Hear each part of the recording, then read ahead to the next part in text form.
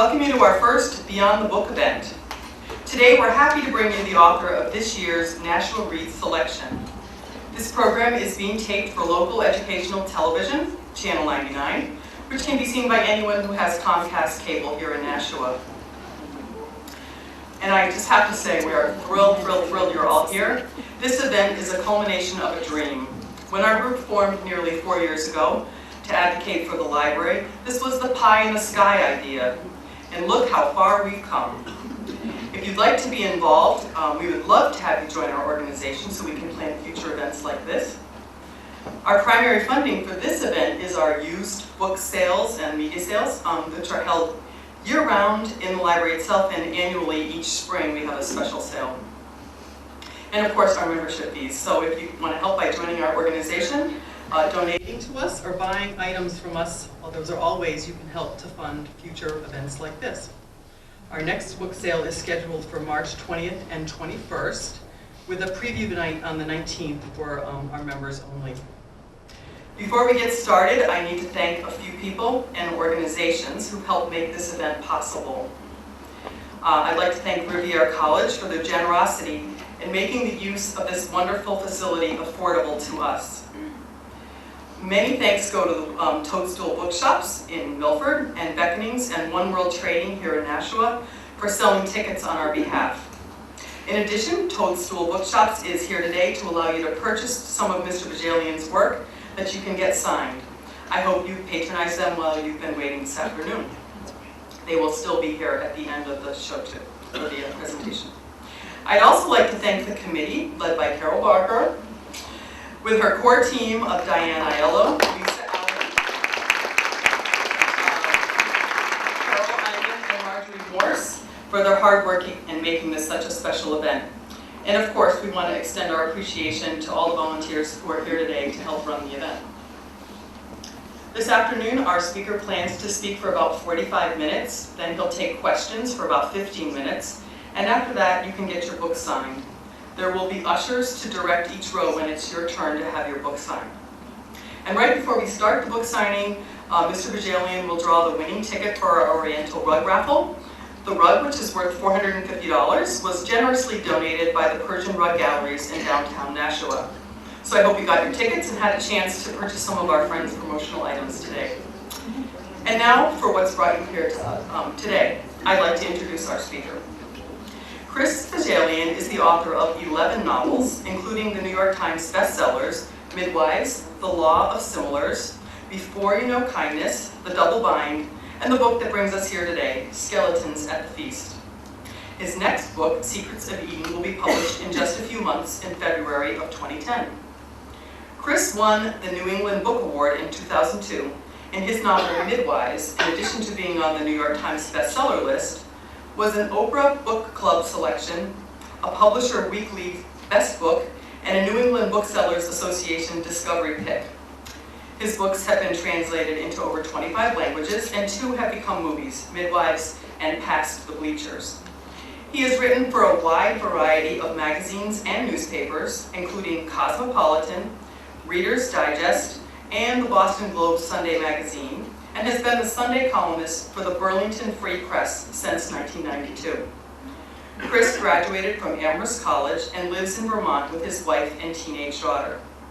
You can connect with Chris online at his website, on Facebook, or you can always follow him on Twitter. Mr. Bohjalian.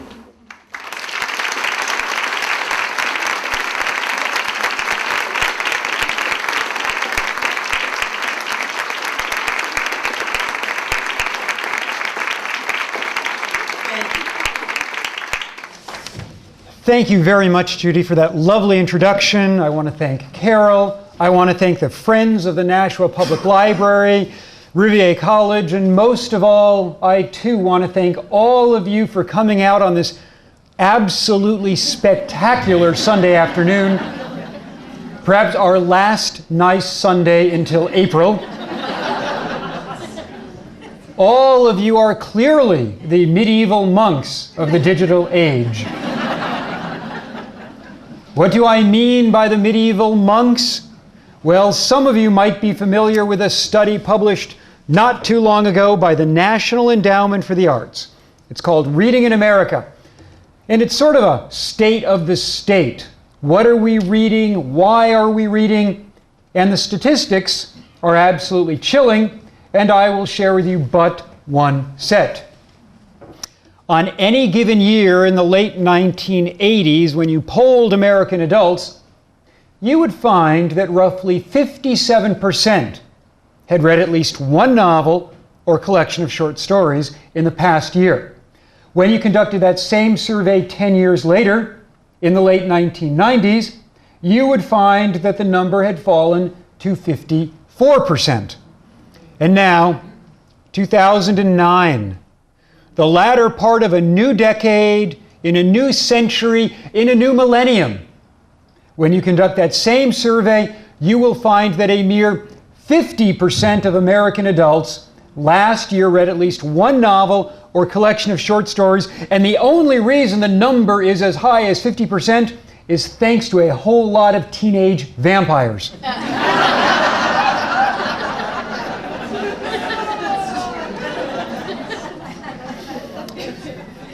The reality is that it is a net decline of 17 million readers of fiction.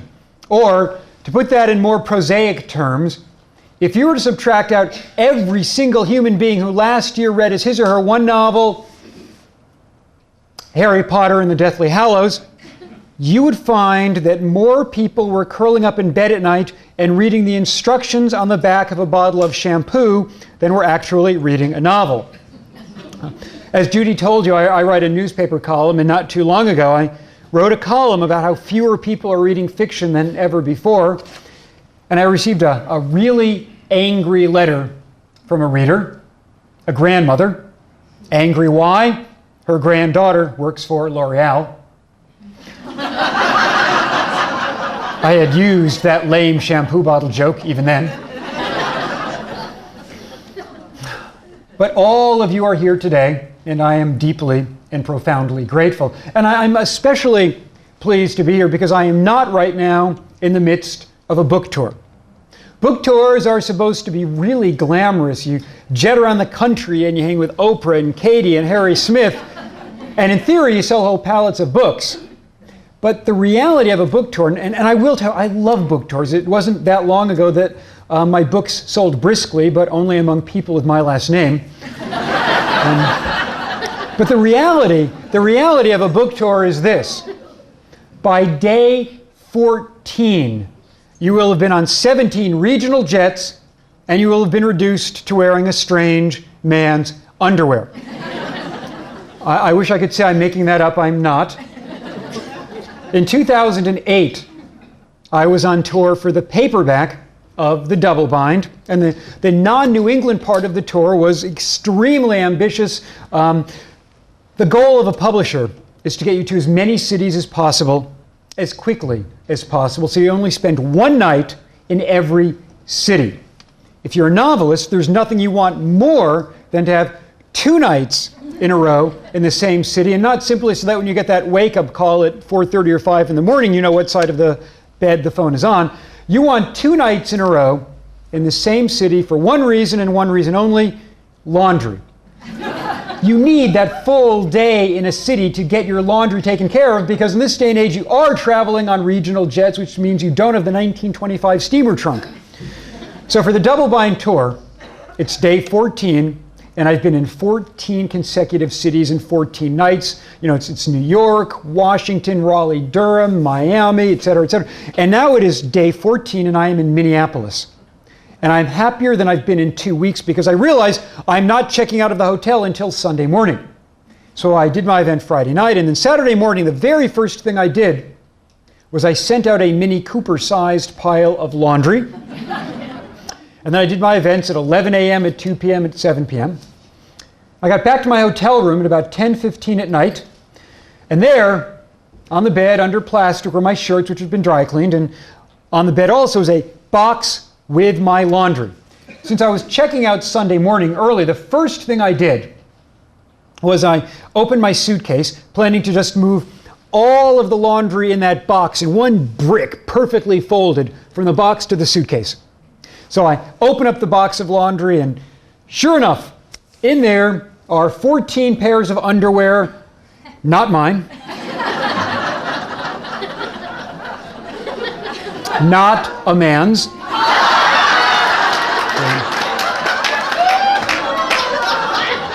They belong to a very petite woman. Now, I've done enough book tours that I know that rule number one of a book tour is this. You never give the hotel all of your underwear. I still have 3 pairs. We're not in crisis mode yet. So Sunday morning, I'm checking out.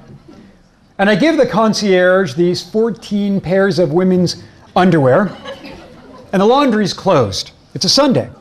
But I said to the concierge, when the laundry opens on Monday, if by any chance you should find my underwear, here's the hotel in Orlando, Florida, where I'm going to be on Tuesday, and if you could send it by Federal Express, I would be very grateful. And the concierge and I looked at each other like, yeah, that's going to happen.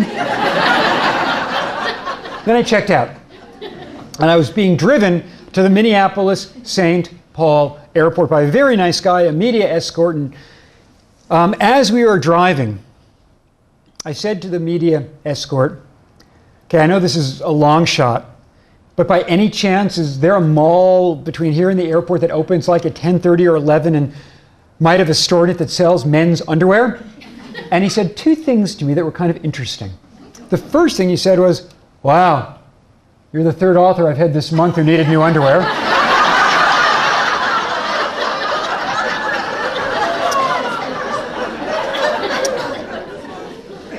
And he said, yeah, there's a big mall with a Boston's store in it, and you can stop in there. Boston's is an upper Midwestern department store chain, very much like Macy's or Filene's, that happens to be called Boston's for reasons I can't begin to explain. So we go to the Boston store, we go to the men's department, I get my underwear, and we continue on to the airport. Now, no one goes through airport security as quickly as an author on a book tour. You throw the laptop, the shoes, the cell phone on the conveyor belt, and you fly through the metal detector, and I did just that. And I'm boarding regional jet number 18 to Milwaukee. I'm going to be appearing on Sunday night and Monday. And as the plane is boarding, I realize I no longer have my Boston's bag of underwear. How do I know this? I hear the following over the airport loudspeakers. Would the gentleman who left his underwear please return to security?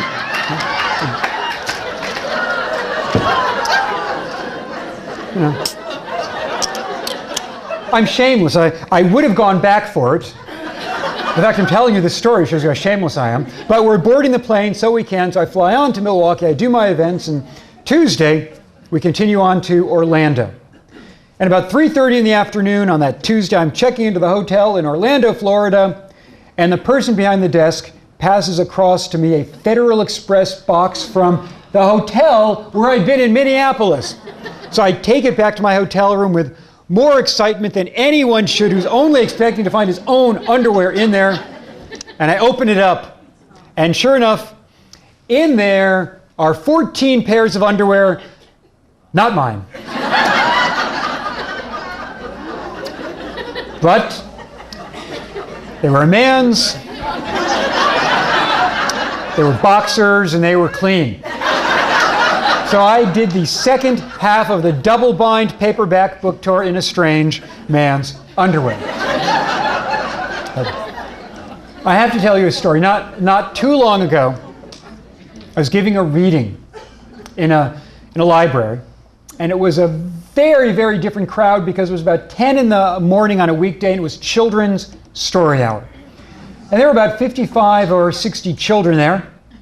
And I decided that I would read to them from Dr. Seuss's Horton Hears a Who.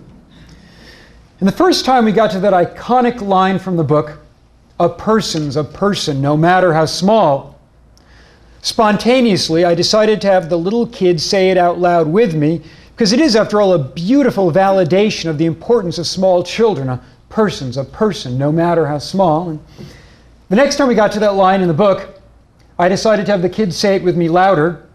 And the time after that, louder still. And the time after that, even louder still. Well, the thing about Seuss is this. When he had a good line, he used it a lot.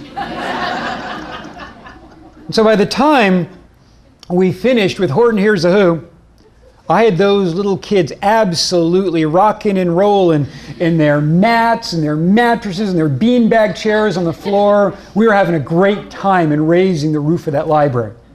So I go to the back of the room, and I'm handed one of those teeny tiny Dixie cups full of fruit juice. And as I'm drinking it, I see these two adults looking at me.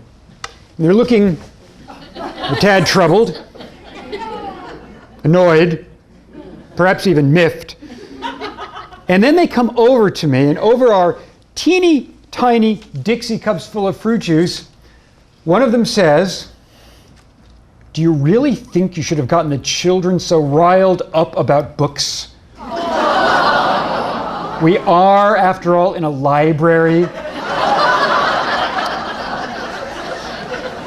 And before I could apologize, which I was actually going to do because I was afraid that these were library trustees and somehow I had just done the drunken dinner guest with a lampshade on his head thing, the children's librarian came over and she was smiling ear to ear and she said, "That was lovely. Thank you so much. There's nothing we like to see more than the little kids getting juiced about books." I loved that. Juiced about books. All of you who are here this afternoon, all of you who are not watching the Patriots in London,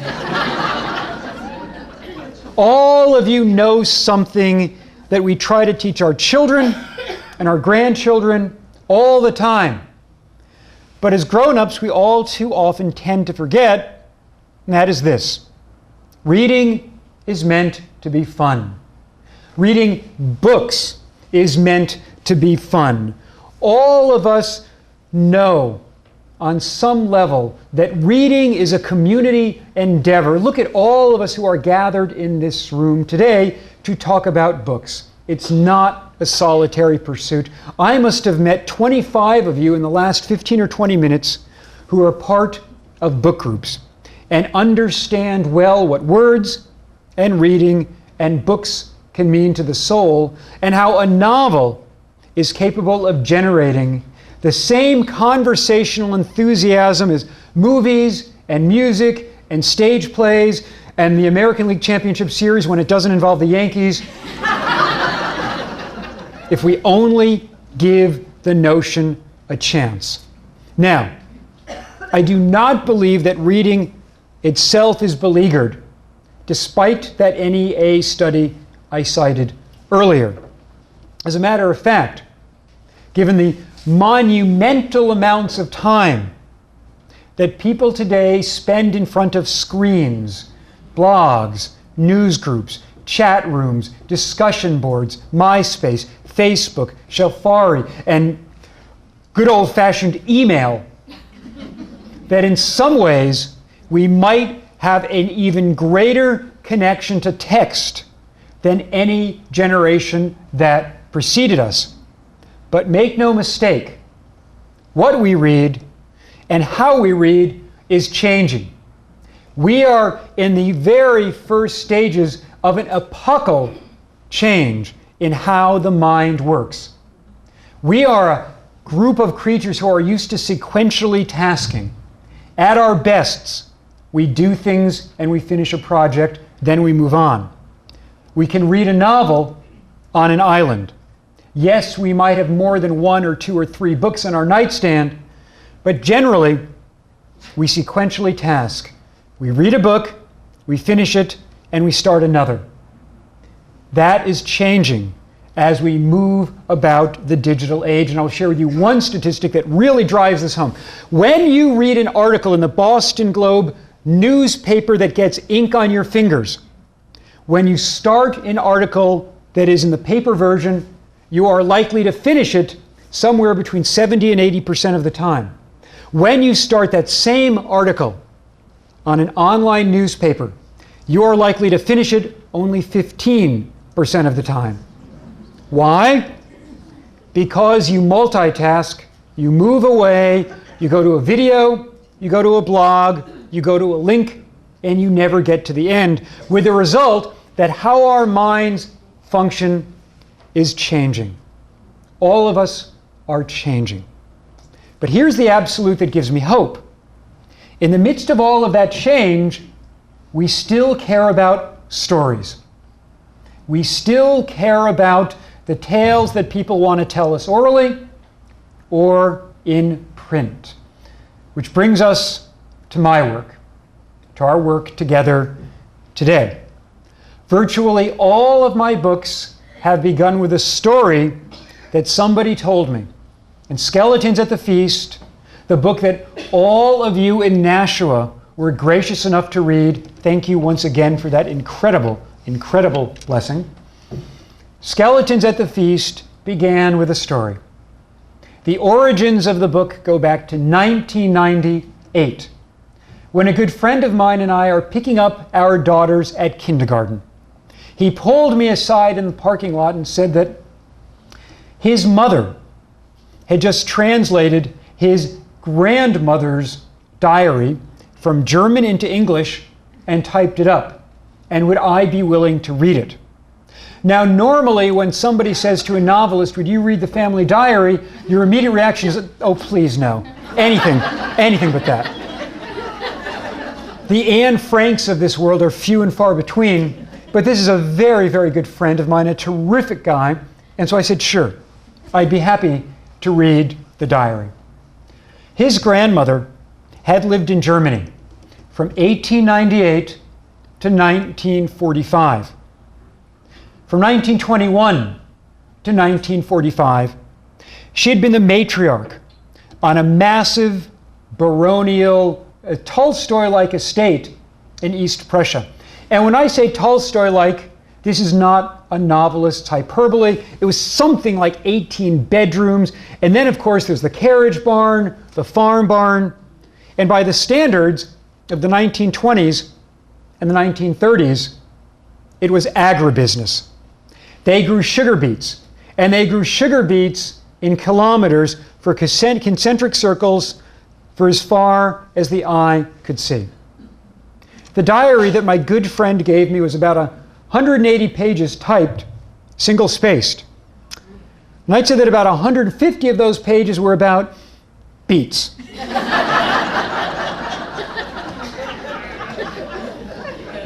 And in reality, what it was like to raise a large family in a still remote, rural, insulated, isolated corner of Europe between the wars. But 30 pages were among the most riveting I had ever read, especially a 10-page chunk set in 1945. Those 30 pages were about the Second World War. And those 10 pages were from January to May of 1945. What happened in January? Well, it is this. If the diarist doesn't know the details of the atrocities the German army has committed in Russia, she has her fears. If she doesn't know the details of the atrocities the Nazis are committing even then in Poland and Germany, she has her suspicions. And so this woman of great moral character makes a decision. She's going to take her teenage daughters and walk west across the cauldron of Nazi Germany in its death throes to try and reach what she believes will be the safety of the British and the American lines. When I read the diary in 1998, I shared it with friends of mine at Random House and at the University Press of New England in Hanover, New Hampshire, that is a consortium of university publishers, including UNH and UVM and Brandeis and Tufts and Wesleyan. And editors at these two publishers said the same thing. Remarkable woman, but the diary's a little heavy on beets. And so nothing ever became of it. And in 1998, I was writing books like The Law of Similars, Transistor Radio, The Buffalo Soldier, novels set in the present in New England.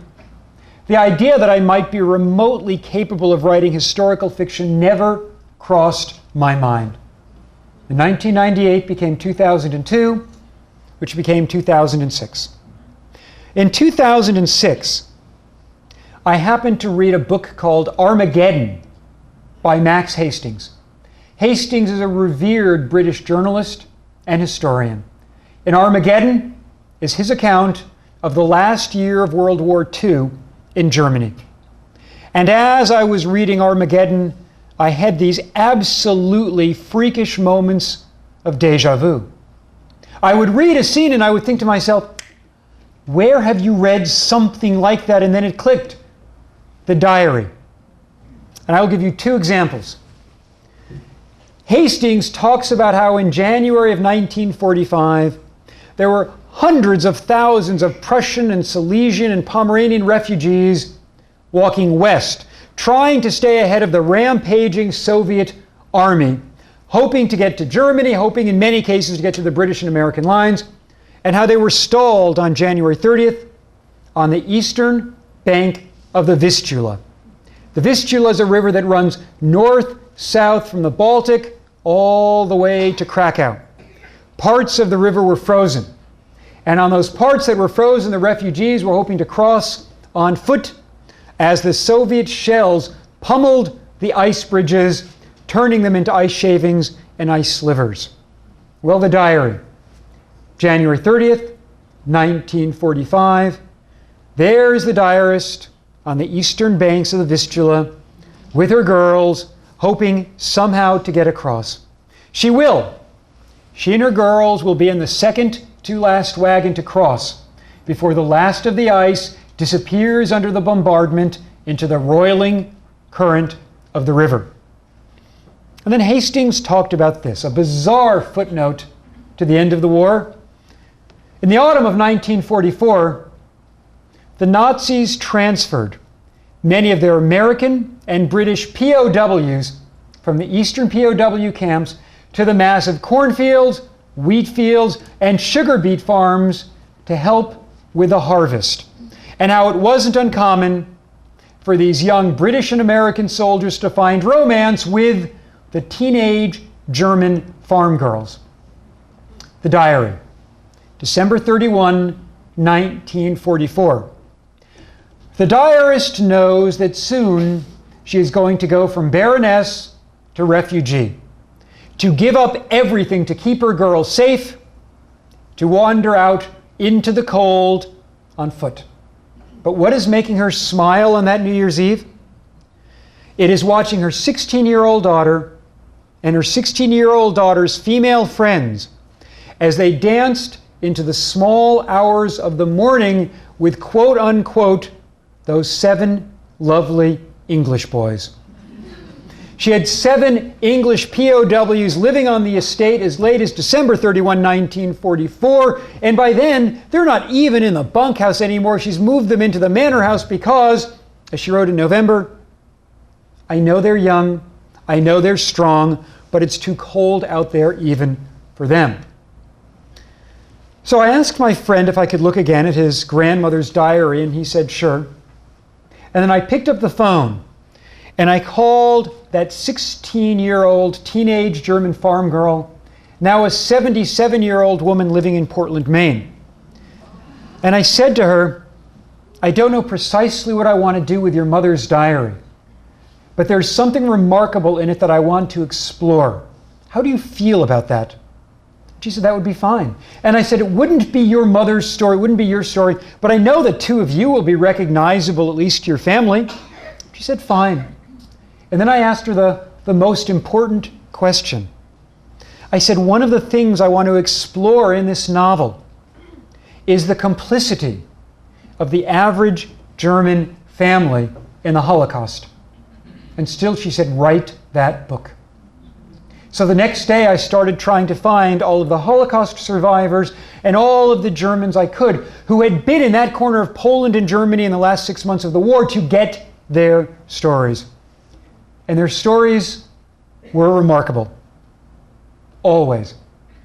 There's no question in my mind that the last 6 months of World War II in Germany and Poland were the most horrific 6 months in the history of the world. There were five historical threads that came together to create this innermost ring of Dante's Inferno. First of all, there were the concentration camps that were still functioning, many of which were at their most nightmarishly efficient in their last months of operation, to wit, of the 1.4 million citizens of Europe who died at Auschwitz alone, 800,000 died in the last 6 months that the gas chambers and the crematoria were operating.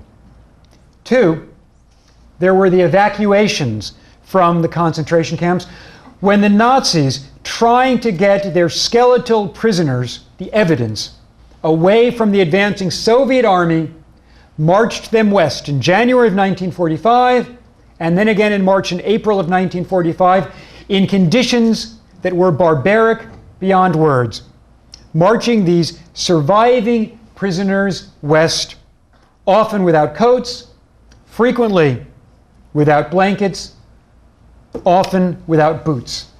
The attrition on those death marches was always 60 to 70 to 80%. Third, there was the Russian military strategy, which comes down to one word: attrition. How many men can you throw against a pillbox or a bunker? Men were every bit as expendable in the Soviet army in January of 1945 as they had been in November of 1941 before the gates of Moscow. To wit, more Soviet soldiers died in the last 5 months of World War II on the Eastern Front than American and British soldiers combined died in 1942, 1943, 1944, and 1945. Fourth, there's the remnants of the German army fighting like cornered wolves. Teenage boys, middle-aged men, knowing that they cannot possibly surrender after what their army has done in Russia and in Poland. The Russians are not simply fighting to regain territory. This is an army of revenge and retribution. But nor can these teenage boys and middle-aged men even think of deserting and walking west, because there are just enough SS diehards and Nazi fanatics prepared to hang any German soldier who even thinks of deserting.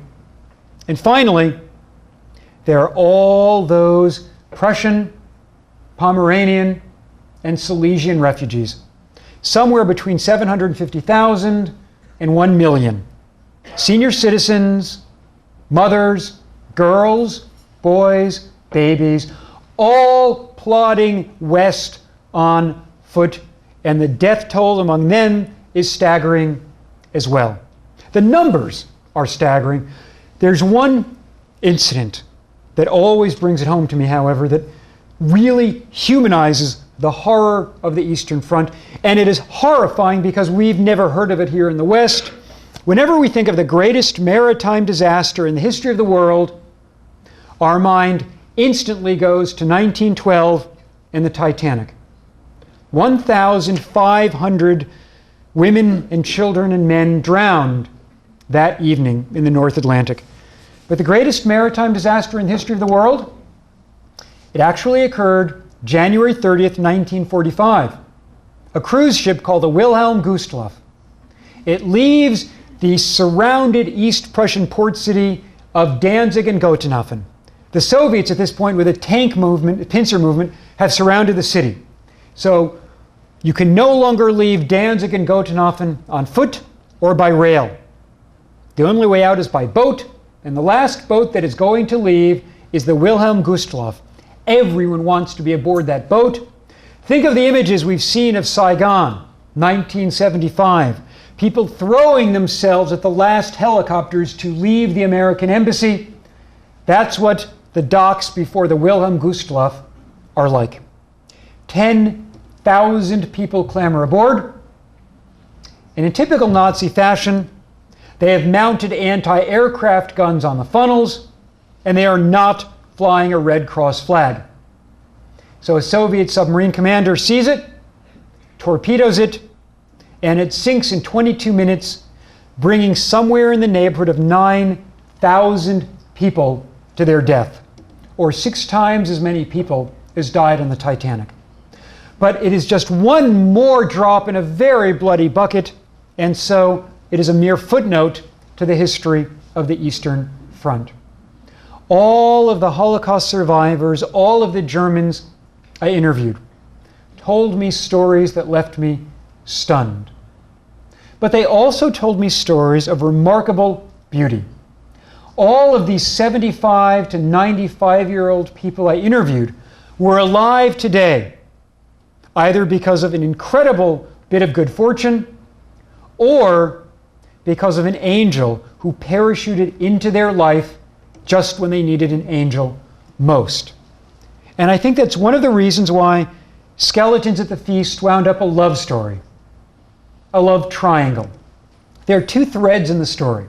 The first thread is the story of Anna Emmerich, an 18-year-old Prussian aristocrat from a beet farm, who when the novel opens is largely oblivious to the Nazi atrocities, and that will change. There's her lover, a 20-year-old Scottish prisoner of war who's been slave labor on the estate since the autumn, and a 26-year-old German corporal who is actually a young Jewish man who jumped off a train on the way to a death camp, and now, in the final months of the war, is masquerading as a German soldier to try and stay alive. That's thread number 1, and the novel chronicles their journey west ahead of the Soviet army. The other thread is the story of Cécile Fournier, a Jewish concentration camp prisoner from France who will be a part of not 1, but 2 of those savage, barbaric, forced marches west at the end of the war. And I want to talk a moment about Cécile. I'm sure all of you can get a sense of where Anna and Callum came from. But Cécile surprised me, because Cécile is French, and the inspiration for her were 2 remarkable women, one of whom you may have heard of, one of whom you probably haven't heard of, but both of those women were from Eastern Europe, not France. And I was about 150 pages into the book, and I was wondering, why is Cécile French, since after all, her inspiration is Gerda Weissmann Klein. Gerda Weissmann Klein is a memoirist and an activist and a public speaker who survived not 1, but 2 forced marches at the end of the war. She wrote the remarkable memoir in 1957, All But My Life, married an American GI, Kurt, and she and Kurt in later years would start the Gerda and Kurt Klein Foundation in upstate New York, a foundation that tries to teach students about tolerance and diversity, to fight against anti-Semitism. A remarkable woman. She was from Poland. The other inspiration is a neighbor of mine, Gisela Newman, from Budapest. Gisela also survived a concentration camp and a forced march. Both Gerda and Gisela attributed their survival to a combination of the profound and the prosaic. The profound was their faith. The prosaic, their boots. In the case of Gisela, it was what she referred to as her hiking boots. In the case of Gerda, it was what she referred to in her book as her ski boots.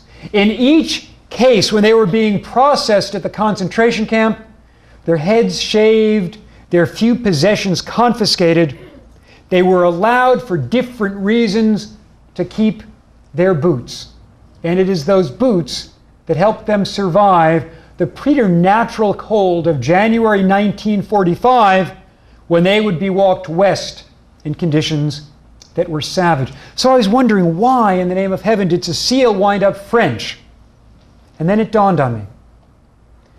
Cécile was an inadvertent, unconscious homage from a novelist in the early part of the 21st century to a novelist whose life had been tragically cut short by the Holocaust in 1942. That novelist, Irene Nemirovsky, and her remarkable novel, Suite Française. which chronicles how a group of French citizens would rebuild their lives in 1940 and 1941 after Paris falls and they have to try to start anew in the south of France. Suite Francaise is not simply a remarkable novel. It is a remarkable first draft. Irene wrote it in 1940 and 1941. In April of 1942, she would be deported from the south of France to Auschwitz, where she would die 7 days upon arrival of typhus. I think that is why in Skeletons at the Feast, Cécile Fournier wound up French. So I could celebrate not simply Gerda and Gisela, but Irene as well. Skeletons at the Feast is my 11th novel. I hope I live to write 11 more. I have no idea if we'll get close to that. But I do know it is always going to be among my very favorites. It's not simply the gravitas of the material. It's not simply because I felt a moral obligation to these remarkable Holocaust survivors and Germans who endured hell on earth in the Second World War. It's that it's the only time I've written a book where when I finished it, I missed the characters. I cared so deeply for these fictional constructs that it's the only time in my life that I toyed with a sequel, and will probably toy with a sequel for years to come. As a matter of fact, of all the books I've written, I think it is always going to have my favorite last sentence, which I won't share with you for those of you who have not read it. Now, before I turn this afternoon over to you to answer your questions about, gosh, anything, I began this talk with some scary statistics about reading. I want to leave you with a good news statistic about reading. A good news statistic about libraries.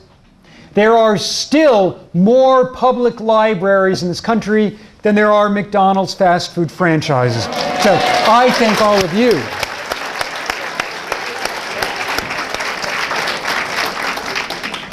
Now the first question is always the hardest for you and for me.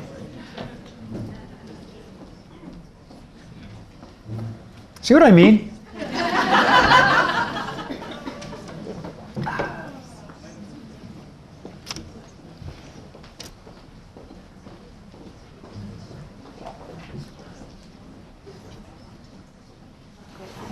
Thank you for a wonderful last 45 minutes. But in keeping with your statistical look and the good news and the bad news, I'm struck by the preponderance of women in the room and wonder if when you look at the reading in America, speak about that. The question is the preponderance of women in the room and my statistics about reading in America. What does it say that this room is probably 85 or 90 or even 95% female? Women might read marginally more books than men. They read dramatically more novels than men, especially what is called literary fiction. Men are far more likely to read a novel if you have a submarine in it. But I also think that it's because of the books that I have the pleasure of writing and the fact that many, many readers first discovered me in a book called Midwives, which even though Vintage Anchor, the paperback publisher, bless their heart, tried to expand its readership to as many men as possible by giving it a cover that I call the Snow Falling on Cold Mountain cover. A lot of blue. The fact is, the book is called Midwives, and women came to it in way bigger numbers than men. And so I think that's why I will always have more female readers than male. Now, Skeletons at the Feast, I think, has marginally more male readers than most of my other books, but that's because it does have a tank in it.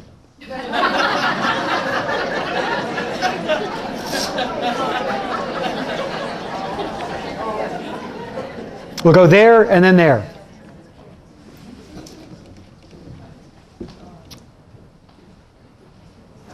I just wanted to thank you again for the presentation. It was really enjoyable, and the book was you. enjoyable. I wondered if you could say a little bit about the little boy. I really enjoyed him as a character. Yes, and I'm going to cut that question off. I'm going to talk about it because I don't want to reveal any spoilers about the little boy. Yeah, the question is about Theo. Theo is Anna's younger brother, and I'm going to tell you two things about Theo that I find interesting. I mentioned that this novel has my favorite last line in it and some of my favorite characters. Well, I will tell you who four of those characters are. When I finished this book, I missed desperately Anna and Theo Emmerich, Udi Singer, and Cecile Fournier. Of those four characters, I felt a kinship with each of them for very different reasons. Theo, and this gives you a sense of how books change. In the first two drafts of Skeletons at the Feast, Theo was not Anna Emmerich's younger brother. Theo was Lise, Anna Emmerich's younger sister. But among the things I was toying with as I was thinking about this book were all of those sociopathic, dangerous, Aryan notions of masculinity. All those Nazi notions of masculinity. You know, the whole idea that the concentration camps had, pink stars for homosexuals. So I was toying with the notion of what it meant to be male in Anna Emmerich's eyes, and the whole idea that she's looking at this German corporal with whom she's traveling with as, just the ultimate Aryan super male, Manfred, when in reality, he's Jewish. And I began thinking about, wouldn't it be interesting if maybe Lise has all of the attributes you like in Lise, but she's a little boy. He is now that kid in the Hitler Youth Games who's always, the POW, who's always, the nurse, who's always the kid that doesn't quite fit in. And this was really interesting to me, and so I decided to make him male. Theo began, though, not simply as Lise, but in some ways as my daughter. All of the scenes when Anna and Lise, then Anna and Theo, are riding horses together were derived from the wonderful, wonderful moments when I used to go riding with my daughter, when I would be on a horse and she would be on a pony. So when you know what happens to Theo, you can understand how wrenching parts of that book were to write and to rewrite. And I think we had a question over here. Hi, I'm glad to hear that you've been thinking about doing a sequel, because in our book club, it turns that 70 years later, everybody has a very personal and close connection to your story with their own personal family history. And although 6 million people died, other people who have not died or were not in concentration camps have still been touched in this day and age 70 years later. And I'm wondering where you could go with that, and have you thought about it? So I'm glad to hear that you have, but where would you like to go with this story in the future? Where would I like to go with a sequel? Without wanting to reveal too much about the ending for those of you who haven't finished it, I toyed with two notions, and I will probably toy with two notions for a number of years. Notion number one is a sequel involving some of the characters for this book set a couple of years later in Israel, in the Israeli War for Independence. And then another notion I have toyed with is not a sequel to Skeletons at the Feast, but in some ways viewing Skeletons at the Feast as the first of a trilogy of books, love stories, set at the end of the Second World War. And one that I actually have 150 pages of is a love story set in 1944 and 1945 in Florence, But one of the reasons why I don't know if I'm going to finish that book is because there's a beautiful, powerful novel called A Thread of Grace that I came across by Mary Daria Russell about the work that some Italians did to save the lives of some Jewish citizens of Europe in northwestern Italy at the end of the war, after Mussolini was, first kicked out, then brought back, and then a Nazi puppet government took over. And I suddenly realized, okay, Mary's done a great job with this story. The world doesn't need your book. And then the third book I was going to do was going to be a love story between a Jersey girl, Jersey is in the Channel Islands, and a Soviet POW. But then there was the Guernsey Literary and Potato Society. And I realized, there's a lovely book too. So there's another book that the world doesn't need Chris Bohjalian to write. But that doesn't mean that I won't still continue to explore this material, because Skeletons at the Feast was an extremely poignant and powerful personal experience and journey for me.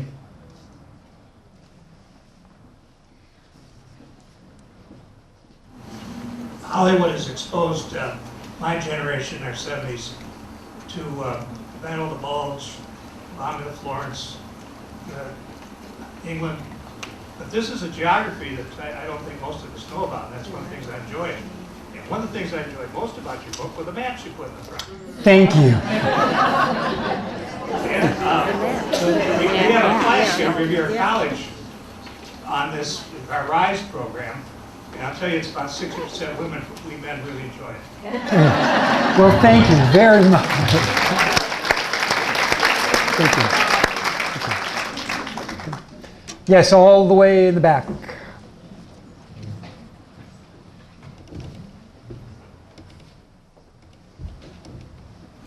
I was just curious, which is the favorite book of yours that you've written and why? Which is the favorite of my books that I have written and why? My favorite of my books is Skeletons at the Feast. And it is because I cared so profoundly for the fictional constructs I hung around with in my library for a year when I was writing it, and because of the real people I had the privilege of meeting. These remarkable, remarkable people in their 70s, 80s, and 90s who were just magnificent storytellers and just magnificent human beings.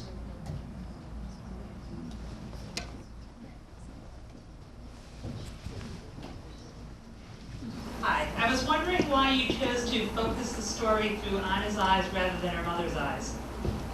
Why did I focus this story largely from Anna's eyes and not from Muti's eyes? Though there are a couple of scenes from Muti's perspective. But yes, why Anna? When I began this book, I really knew only one thing. Most of the time, and with most of my books, I depend on my characters to take me by the hand and lead me through the dark of the story because I don't know precisely what's going to happen. And in Skeletons, the only thing I wanted to know for sure was this. Anna's character trajectory is accepting the Nazi propaganda she's been given, because she's 18 years old since she was 3 years old, 3 or 4 years old, and her dawning awareness of the atrocities of the Nazi government, the horror that is Nazi Germany. And so the only thing I knew was that I wanted her dawning revelation to climax with crossing paths with Cecile. So that's why there are more scenes from Anna's perspective than there are from Muti's perspective, because I wanted this to be sort of Anna's education leading up to a nightmarish final exam. Here, and I think Callum even says these words essentially to Anna when their paths finally cross. This is your bloody Third Reich. This is your 1,000-year Reich. This is what it's all about. Open your eyes, girl.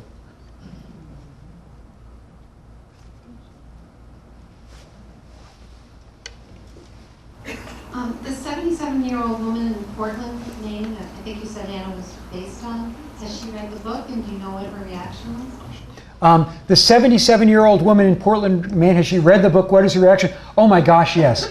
Yeah, no, this is a good friend of mine's mother, and she's just a remarkable, lovely lady. And I will tell you, so first I interviewed her to learn more about her family before writing the book. I had her read the first draft of the book, and I've seen her since then. She said two really delightful things that I think are really interesting, and I'll share them with you. This is not a spoiler. After she read the first draft of the manuscript, she said, and she had this great twinkle in her eyes, she said, "We may have danced with those English POWs. We may even have kissed them, but I promise you we were not sleeping with them."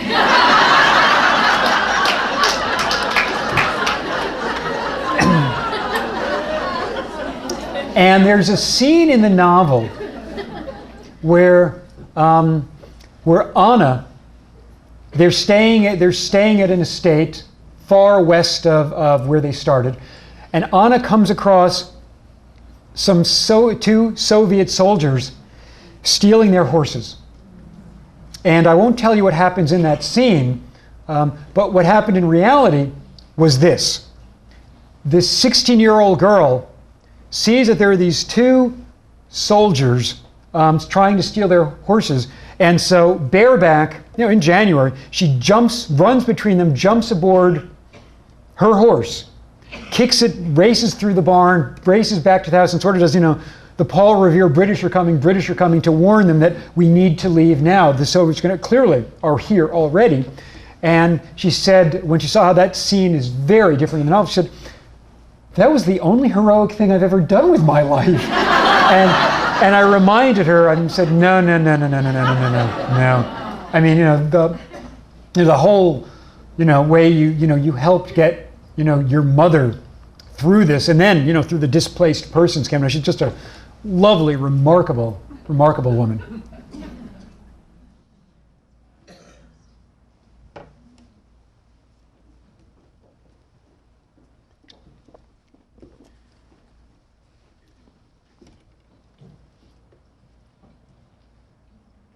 Thank you very much for the book. I'm wondering if you see it being translated for the European community. As you know, in Europe, World War II just happened yesterday for us.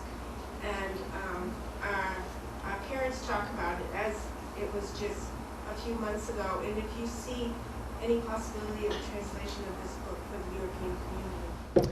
The question is, do I see any possibility of a translation of this book for the European community? Yes, it has already been acquired and even been published in some cases by publishers in Poland, the Czech Republic, Italy, the United Kingdom, the Netherlands, Spain, and Finland. It has not yet been acquired by Germany and France, but I hope it will be, because I've got a lovely French publisher.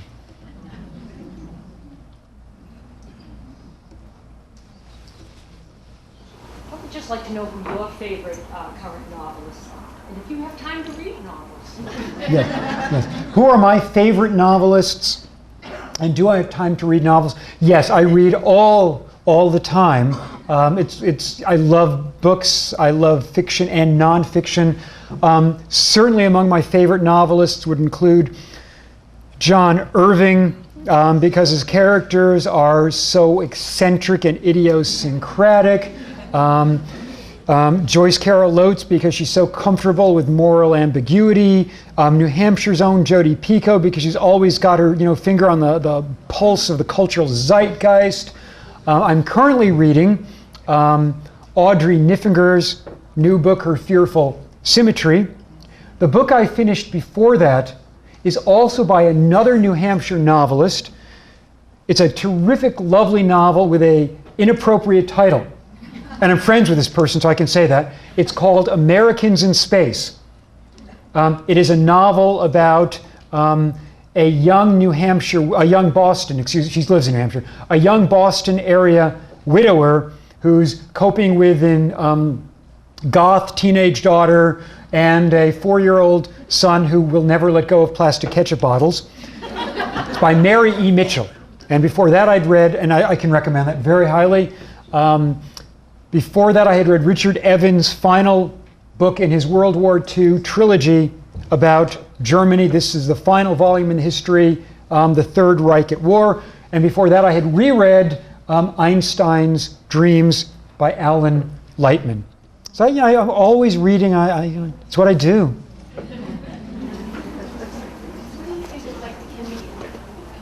The question is, what do I think of the Kindle format?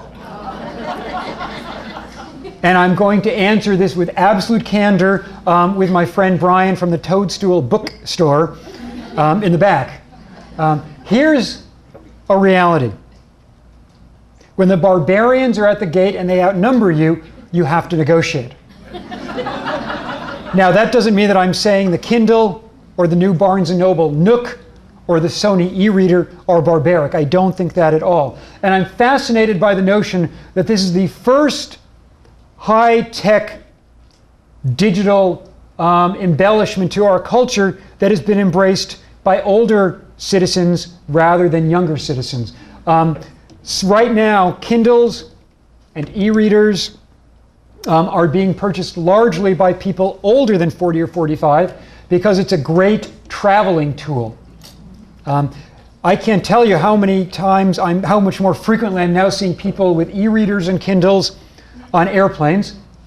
And I think that's only going to increase with the Barnes & Noble Nook. And in January, when Apple takes their iPhone and does their own app for bookstores, their own reader, not just an app.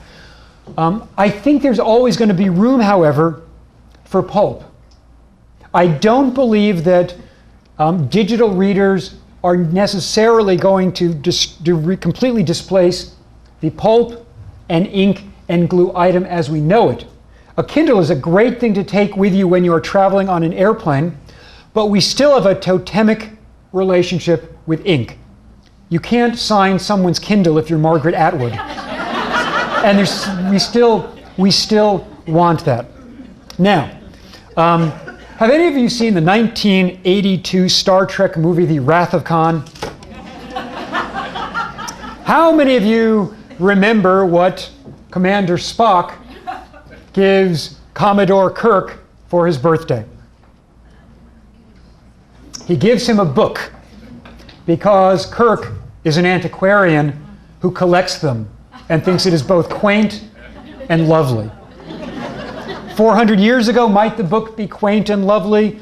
I think it's conceivable, but I do believe in my heart that there's still going to be a place for both the digital book and the pulp book in years to come. I think we've got time for one more.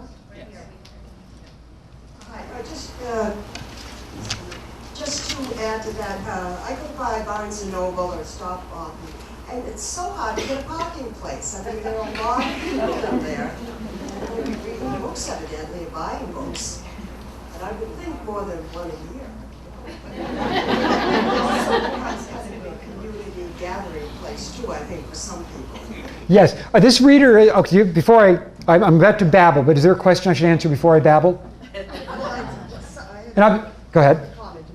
I was about 10 or 12 when the war started, or when it was going on.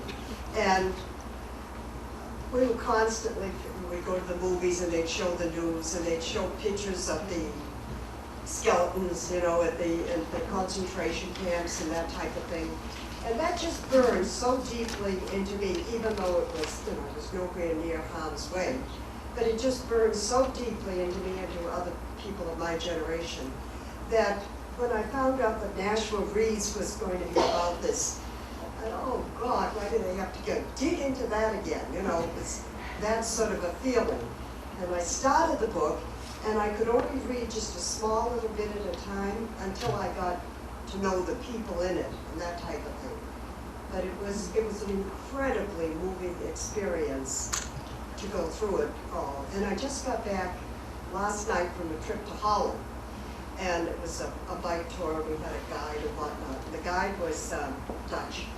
And he took us to this cemetery that this 80-something-year-old man tents, and it's a cemetery. It's in Arnhem, in Holland, and it was, I guess Arnhem was being, the Germans were trying to hold it, and they were bombing the bridges around there, and the Canadians and the Polish and the English were coming in, and the people were just so joyous that they were finally the war was over and they were free and all that, and they were, and going on about it, and anyway, but the Germans were really digging in there, trying to do all they could to, show. Anyway, they encircled the English, and the fight went on for that last 6 months.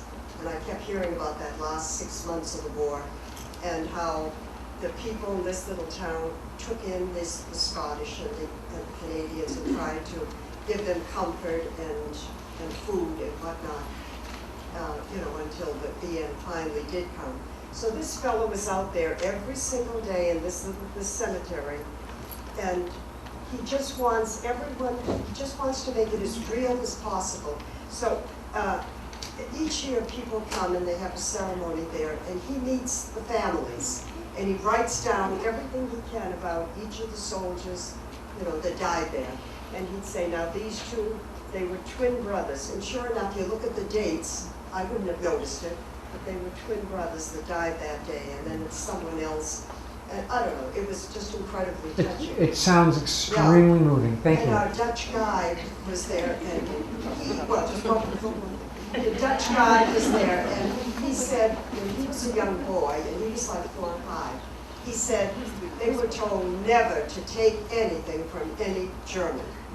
And I think it was because the family didn't want him to get into any compromising positions. So they were on their on their way to school one day, and the German soldiers said, come over here. And they came over, and he had laid out 4 little bowls with soup in them. And they thought, they didn't know what to do with their moral dilemma for them. And anyway, they said, one of the little boys said, but we have no spoons to eat it. And the German soldier said, I'll go up and get you some. So he went upstairs, and then they beat it out of there. But he just brought up the kindnesses of, specific soldiers. Very touching. Thank you. Thank you. Well, I think we've got 2 important bits of business to attend to before I leave the podium. I'm really excited. There's a raffle and something as cool as a raffle. All right, me. Okay. This is for the rug? This is for a Persian rug.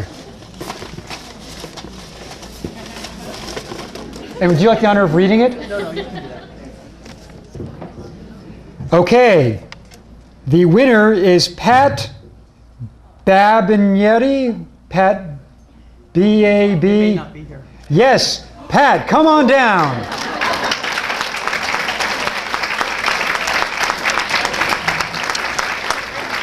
Okay. So Pat is the winner of the rug, and There you go. I have one more thing after that. okay, do you want to go first? No. Okay. Mine will end the... I am holding in my hands the official Friends of the Nashua Public Library bookmark, and called the whip. That's what it's called, right? The flip. Okay.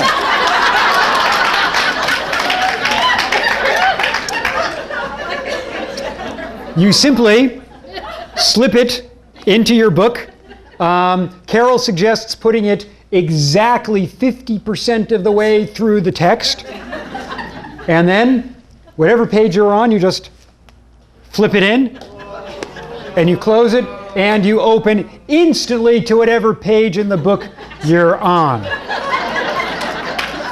I did not have to practice the flip at all. Instant, user-friendly. And these are for sale? Yes. And all proceeds from the flip goes to the Friends of the Nashua Public Library to support Nashua Public Library services.